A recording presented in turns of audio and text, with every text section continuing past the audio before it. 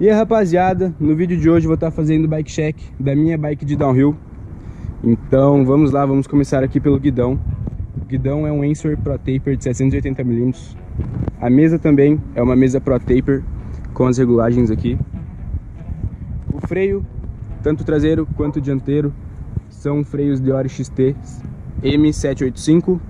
Ela tá aqui com manoplas Odd, que inclusive tem o unboxing aqui no canal.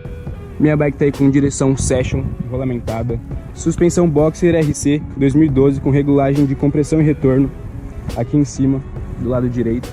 Troncador Sight de 9 velocidades, câmbio Sight de 9 velocidades, cassete também é Sight 11x36.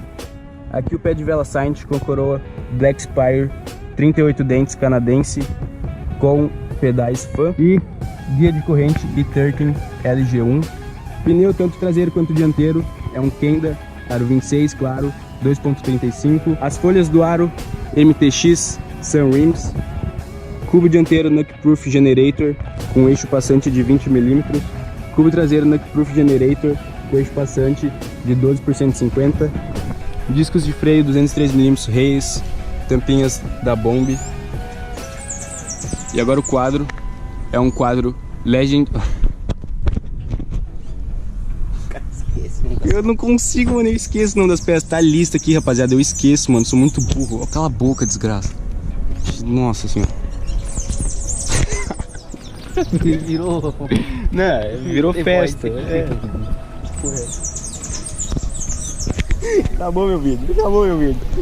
E agora o quadro, rapaziada, é um quadro Banshee Legend MK2 2012, adesivado no 3M. Isso aqui, rapaziada, muita gente perguntou como que eu pintei, mas é adesivo 3M recortadinho, deu um trabalho pra fazer essas letras, mas não é tinta, não é pintura, não é nada, é adesivo 3M. E esse quadro maravilhoso está com Shock X-Fusion Vector HLR de 240mm, que funciona, todas as regulagens dele funcionam, tudinho, foi revisado, eu revisei ele.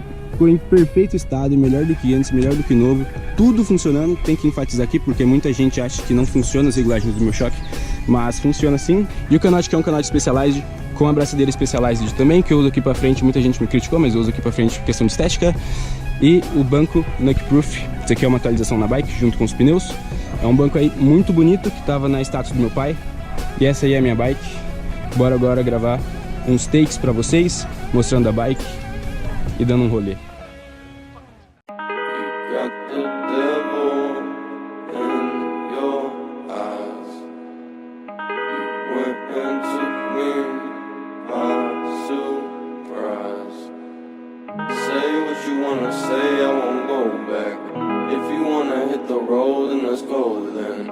Let's just go and see the world and just show them what it really means.